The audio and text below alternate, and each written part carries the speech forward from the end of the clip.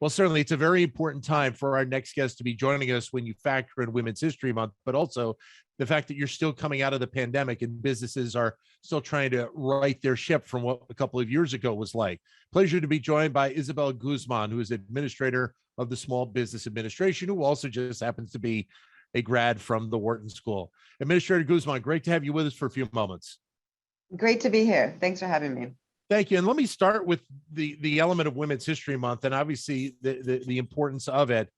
How does that resonate with you when you think about the role that you're in, but also with small business in general right now?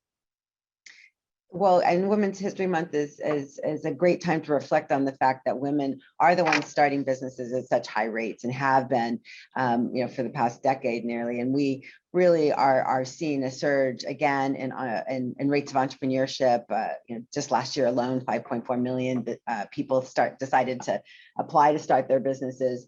There's been a 30% increase since the start of the pandemic of those new business applications, and women are leading the way. And at the same time, very challenged during the pandemic with childcare and some inequities that have been historic inequities that continue to challenge them as they start their businesses. So it's the right time to reflect and make sure that the SBA is there to help and meet those female business owners where they are with the right products and services. What are the ways that you have to kind of tackle some of these problems moving forward? Because this is something that obviously is so unique. We've never really gone through it in our lifetimes in terms of the impact of the pandemic, the loss of opportunities for women, and now trying to build them back here as quickly as we can. Well, one thing for sure that has been so consequential is the Biden-Harris administration's, along with the American Rescue Plan's ability to fight the COVID pandemic. Thanks to ARP and those actions, we've distributed 200 million vaccines, and there are therapeutics available and testing available at home, so that we can get back to normal. And we are returning to work at a record pace, and schools are reopened, 99% of them. So we're seeing small businesses reopen. As a result, some return to normalcy from that perspective, at least for women, and having their children in the schools and having tools to fight the pandemic. So that's first and foremost. At the SBA, of course, we provide funding opportunities through lending and investments, as well as non-dilutive grants for innovative startups. In addition, we provide the technical assistance so that we can help businesses start to navigate this new marketplace, including women's business centers that we've grown at a historic rate during the pandemic. Of course, we're focused on how to build revenues, that market access, whether it's through those centers across the country and helping people position themselves on e-commerce or adopting digital tools as businesses have done, or getting involved in government contracting or supply chain with President Biden's Made in America initiatives and this historic investments in bipartisan infrastructure bill. We're definitely going to be seeing opportunities for our small businesses. So we're trying to position the SBA to better help businesses take advantage of these opportunities. President's committed to leveling the playing field and increasing competition so our small businesses can continue to play the important role that they have in our economy. So in general, how do you feel small business is doing right now, 2 years after this pandemic hit? I travel regularly across the country, meeting with small businesses, as well as, of course, now virtually online, which is we're doing it such a regular pace now. Small businesses are seeing some of their revenues return to normal. Those in hard-hit industries, obviously, others have been able to sustain and survive and build and grow their businesses as well. There's hope for that continued return to work and the impact it's going to have along our main streets, as well as our industrial centers. And I think obviously they're still challenged by some inflationary pressures, as well as the workplace challenges in hiring folks and during this time of the Great Resignation. But I have been thoroughly impressed constantly by their strong resilience and grit to try to just figure out new ways, new business models to survive during this time. It's interesting because, as you said, with so many people forming new businesses over the last 2 years, you also have that data about the JOLTS report having, 10 and a half, 11 million job openings. We have four and a half people, quote unquote, unemployed. There's that dynamic of how small business and these new business formations have impacted the workforce overall that maybe isn't always seen in the data that's coming out monthly.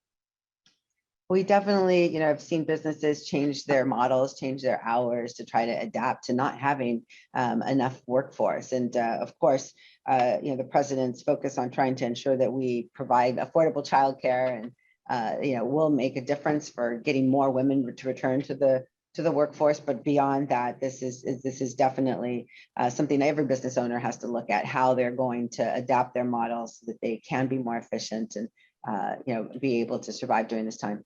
Which leads me to the question of digital transformation. And so many small businesses are having to add elements of that as they go on every day. How do you view small businesses handling the digital transformation? I saw it in California when I oversaw the 4 million small businesses there, leading on small business and innovative startups. 3 out of 4 businesses have adopted technology that they say made the difference in helping them survive during the pandemic. And those tools have positioned many to compete in new markets through e-commerce, outside of their own main street or neighborhood. And that gives me a lot of hope for the future, because we want them to expand into global opportunities as well, which e-commerce can be that pathway. I think that efficiencies with adopting technology operationally as well is something that businesses have learned to utilize better. And I think we're going to continue to see those trends, which is why we launched the Small Business Digital Alliance in partnership with Business Forward, which is a strong partnership with multiple large corporations and businesses who are focused on digital strategies for small businesses. And we're going to continue to train and provide free tools to our businesses so that they can improve their efficiencies and improve their market access. You mentioned a moment ago about the impact of inflation on small businesses. And certainly this is going to be a very interesting year play out, with the expectation that the Federal Reserve is going to be raising rates over the course of the year. So I would think you have to be very watchful of how that is going to potentially be impacting small businesses as we move throughout the course of 2022. Most definitely. I mean, just think about the coffee that we buy every morning. Those to-go cups are 4 times the price, and oftentimes they tell me they can't always get them so easily in the right size or the right timing. And so think about those challenges that businesses are having to deal with every day just to continue to serve their customers. And so that's a continue concern of us and all of our centers that are trying to advise these businesses is as well. We're of course trying to position so that we can ensure that we have the capital available through our lending programs to help businesses as they look to grow and consider new opportunities. Well, one of the other things that is an important component here is the issue of supply chain. And we've talked so much about supply chain in and around, I think, big business. And obviously we talked a lot about it in and around going to the holidays, but this is an element that impacts small businesses as well. And I'm sure you've probably heard from a lot of small business owners how supply chain is having an impact over the last 12 to 18 months. And most definitely. And I think, obviously we rely on so many of our businesses to design and make the products that we depend on every day. And we want to continue to empower more small businesses to make things in America, which is part of a cornerstone of the president's economic agenda, so that there can be strengthening of our supply chain in the process. I know that oftentimes working capital is one of the biggest challenges of our small businesses, is they have to prepare in advance of shopping seasons or order when they can on supply chain challenges. And so making sure that we have good working capital products to support our small businesses right now is even more critical than ever before. And the other thing that I wanted to ask you about was just, we know the United States has a history of great innovation and being able to develop products and paths and so many different things. That's something that I don't think goes away from a culture, that we're going to continue to be able to build on that, and that will benefit small businesses as we move forward. A lot of them will be leading the pack in terms of innovating on a variety of fronts. Small businesses are innovators. That's why we need to reinvest in our industrial base and making things in America, because I think that'll benefit, not only, of course, our supply chains and our economy, but also the world. We have to support all of our great ideas from across the country, make sure that everybody from an equity perspective is able to grow and have opportunities for success. I think that'll benefit us all and narrow some of those opportunity gaps we've seen in the marketplace. So let me take you back into your Wharton mode for a moment. Let's say you're standing before a Wharton class today, or any college class for that point. What are you telling those students about going into the world of business today? Well, I think what's really important, and I experienced this when I first graduated. I wanted to, you always want to go with the latest trends and where things are, hot and new sectors that are opening up in the economy. But I think even our core sectors, manufacturing, we're doing advanced manufacturing with technology integrated. There's so many interesting sectors that we should be attracting our great and brightest minds to. And so I would encourage them to explore all options. And not just pursue the what seems to be the sexiest industry in the moment, and go after to make sure that we can help America rebuild its industrial base. I think it's very critical. This is your 1-year anniversary in this role, and obviously it's a historic appointment in you being the lead of the SBA because you're the first ever Latina cabinet member. Talk a little bit about how you view the importance of that in terms of kind of leading a path for young girls, young women who are looking to strive to goals like you have done over your career. And I'm the first Latina that President Biden has named to his cabinet. But of course, there's been previous Latino cabinet members in history, Latinas. I am greatly honored to be part of such a diverse cabinet. President Biden's cabinet is most diverse in history. And I think that makes a difference. We know that diverse teams perform better. We want to make sure that we're representing and serving America. And it's a great honor, especially at this time when women and people of color both are starting businesses at such high rates. And to be able to have lived in their shoes. I grew up in a small business. My father's an entrepreneur, as well as started my own. And to be able to have those experiences to bring to bear as we focus on meeting businesses where they are.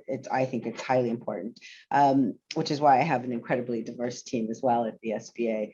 I think that following your passion is so critical. And for me, entrepreneurship was a passion that started very young. Always worked with my father in his businesses and have really had a passion for trying to help entrepreneurs figure out how they can grow their businesses. They lead with such determination and grit, and I've always admired that and the impact that they have in communities and in building wealth for families and overcoming some of those barriers that have existed for so long in our economy. It's definitely a pathway to growth that many women in particular pursue.